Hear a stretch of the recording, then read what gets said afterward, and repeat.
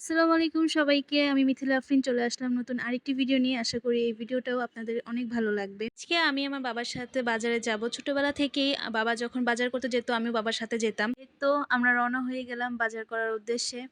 মাঝে ১-২ বছর বাবার সাথে বাজারে যাওয়া হয়নি। তো আমি বাবাকে জিজ্ঞাসা করলাম যে এতদিন পরে আবার আমরা দুজন একসাথে বাজার করতে যাচ্ছি। তোমার অনুভূতি কেমন? তো বাবা বলতেছে যে পুরোনো দিনগুলো আবার নতুন করে ফিরে আসতেছে, যেগুলো বাবা মাঝে ১-২ বছর খুবই মিস করছে। আমি কেন ব্লগ করা শুরু করেছি তা আমি আমার প্রথম ভিডিওতেই জানিয়েছি। মোট কথা আমি আমার টুকটাক আশেপাশের সবকিছু নিয়ে আপনাদের সাথে একটা নতুন যাত্রা শুরু করতে যাচ্ছি। সবার কাছে অনেক অনেক দোয়া প্রার্থী। এরপর আমি আর বাবা বাজারে চলে আসি। তো আমরা প্রথমে মাছ কিনবো। মাছের বাজারটা যে সাইডে বসেছিল আমরা সেখানে গেলাম। আমি আর বাবা প্রথমে দেখছিলাম কি কি মাছ উঠেছিল বাজারে আর কোন মাছের কি ধরনের দাম ছিল তাই দেখছিলাম। তো দেখলাম প্রায় অনেক মাছই উঠেছিল। আমরা বাসা থেকে কোনো প্ল্যান করে যাইনি যে কি মাছ কিনবো, যেটা ভালো লাগবে বা ভালো পাবো যে মাছটা, সে মাছ কেনার প্ল্যানিং করেই গিয়েছিলাম। মূলত আমি আগে মাছ খেতাম না, ইদানিং কিছু মাছ খাওয়া শুরু করেছি। তো বাবা এখন দেখি সেই মাছগুলোই কিনে বেশি, যাতে আমিও খেতে পারি। তো আমরা এখানে মাছ দেখছিলাম। এখানে বাবা ইলিশ মাছ দাম করছিল। এরপর আমরা ২ কেজি ইলিশ মাছ কিনি। আপনাদের কার কোন মাছ বেশি পছন্দ তা আমাকে কমেন্ট বক্সে জানাবেন। এখান থেকে ইলিশ মাছ কিনে আমরা সামনে আরো দেখতে থাকি ভালো মাছ পাওয়া যায় কিনা। এরপর আমরা এখান থেকে বাটা মাছ আর রুই মাছ নেই। বাটা মাছটা আমি খাই না, আমি রুই মাছটা রিসেন্ট খাওয়া শুরু করেছি। এরপর আমরা এখান থেকে লাউ শাক আর ডাঁটার শাক কিনি। এরপর আমাদের বাসার কাছে একটা বাজার আছে, সেখানে চলে যাই মাছ কাটতে দেওয়ার জন্য।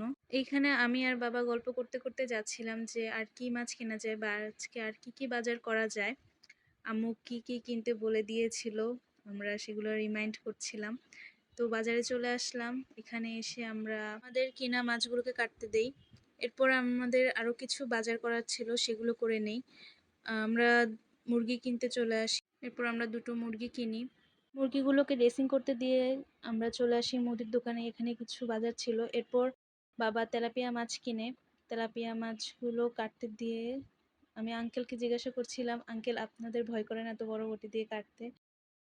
আঙ্গুল কেটে যায় না? পরে উনি বলছিল যে অভ্যাস হয়ে গেছে ওনাদের। আসলে মানুষ অভ্যাসের দাস। অভ্যাসকে হঠাৎ স্বভাব থেকে তুলে ফেলা অনেক কঠিন। তো এখানে আমাদের মুরগি ড্রেসিং করা হয়ে গেছিল, আমি সেটা আনতে গিয়েছিলাম।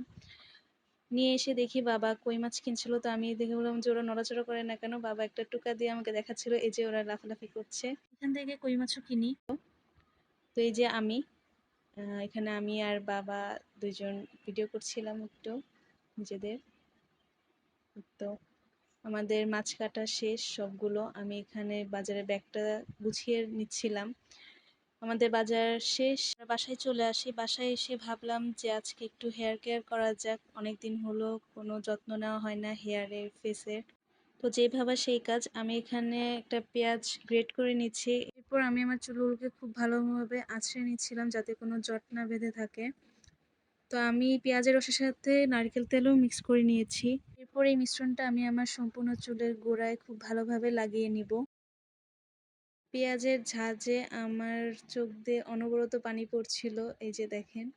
মিশ্রণটা সম্পূর্ণ চুলে লাগিয়ে আমি ৩০ মিনিট অপেক্ষা করব। এরপর শাওয়ার নিয়ে নিয়েছিলাম, নামাজ পড়ে দেন খেতে বসে যাই। আজকে লাঞ্চে ছিল রুই মাছ দিয়ে আলু দিয়ে ঝোল। আমি খেতে থাকি, আপনারা আমার ভিডিওটা দেখতে থাকেন। আশা করি আজকের ভিডিওটা আপনাদের কাছে ভালো লেগেছে। ভালো লাগলে do like, comment and share. আর অবশ্যই ফলো দিয়ে আমার সাথেই থাকুন। সবাই ভালো থাকবেন, সুস্থ থাকবেন। আজকের মতো আল্লাহ হাফেজ।